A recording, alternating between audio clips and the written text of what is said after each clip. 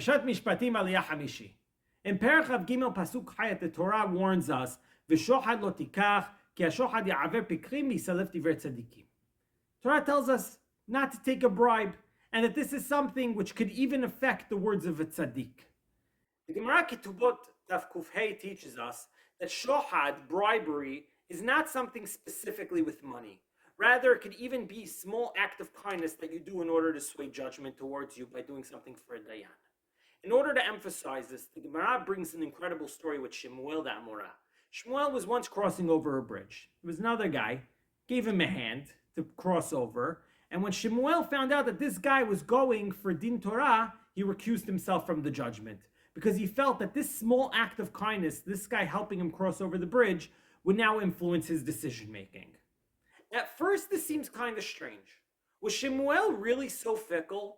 Was he so easily swayed by a tiny favor, a man giving him a hand could cloud his ability to rule justly? But the answer is really the exact opposite. Shemuel wasn't weak at all. Rather, he had an incredibly strong sense of hakarat hatov. He had such a strong sense of gratitude that he understood that even the smallest favor that someone does for you creates a feeling of indebtedness. He wasn't afraid that his judgment was weak. Rather, he was afraid that his strong sense of hakarat hatov would affect him. This is something that we rarely think about.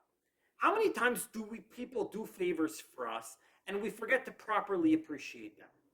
Even the people closest in our life, a spouse, a parent, a friend, how often do we take their kindness for granted?